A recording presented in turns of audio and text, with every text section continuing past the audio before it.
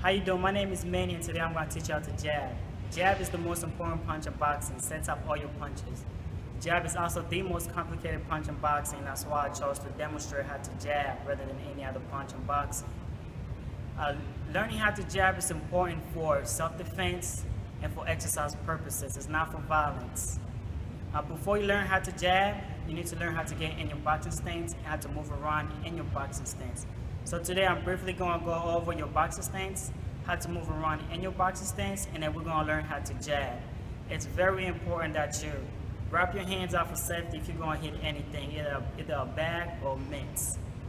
And of course you're going to need your boxing glove. But today I'm only going to use this hand specifically because I'm going to jab with this hand, and this is the only hand that's going to be hitting anything. So we're going to start with your boxing stance. And there's two types of boxing stance. There's orthodox and there's southpaw. Orthodox means you're right-handed, so your stance is going to look like this.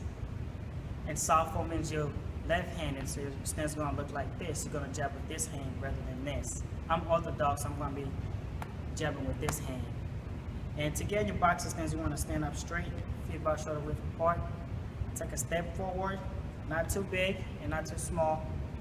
And then you want to angle your toes to the right about 40 to 60 degrees, and then slightly bend your knees. And right when you get to this position, you want to adjust your core, just twist a little bit to where you feel comfortable. And you want to perform a bicep curl all the way up. And once you get to about here, you turn your fist, and your boxing stance should look like this. Again, one more time. You're going to stand up straight.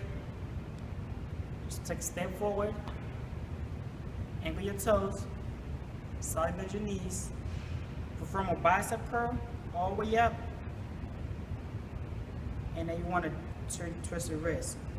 And I say perform a bicep curl because you have to keep your biceps real tight in your boxing stance. Your boxing stance should look like this. Different gears. And then next, I'm going to teach you how to move around with your boxing stance. Again, get in your boxing stance. Now, when you move forward, you want to step with your left foot first, and your right follows. Maintain your boxing stance. Again, left foot first, and your right follow. And then when you're going back, it's the same concept. Right foot first, and your left follow. Left foot.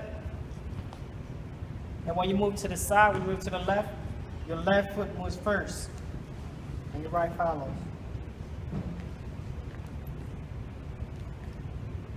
And then when you move to the right, the same concept. The right foot moves first, and the left follows. And you maintain your boxing stance. You should be able to move side to side without falling off balance. When you start falling off balance, that means your stance is too narrow. So you want to have a good distance between both your feet so you can move around. Finally, we're going to learn how to throw a jab. Again, you want to get in your boxing stance. And when you throw your jab, you want to extend your arm about 90 degrees, and you rotate your wrist and your shoulder. And you bring the jab right back to your face.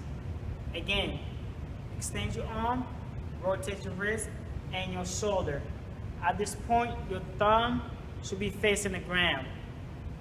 And your jab always come back to your face.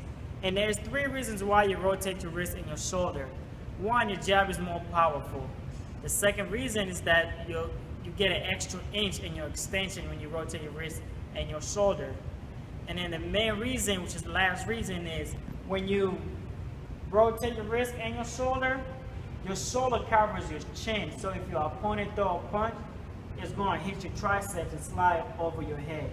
And that is very important. You always want to protect your chin in boxing. So when you throw your jab should look like this.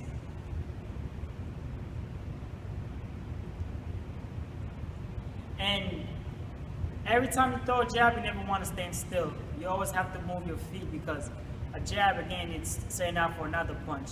So when you throw a jab, you want to either move forward, move sideways,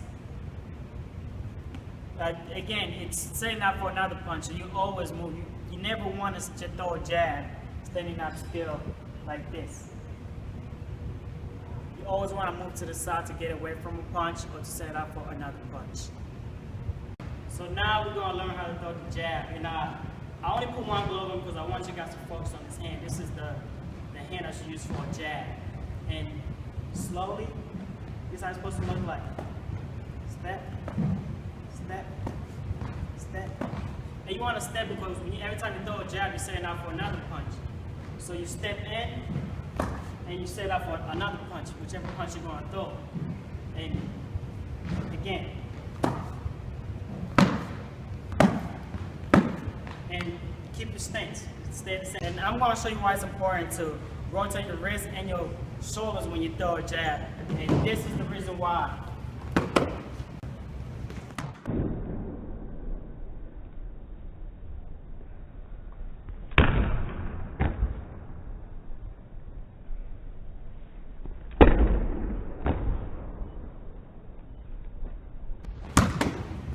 It covers your chin, and you want to protect your chin at all time. Every time in boxing, bad things happen, you get hit in your chin.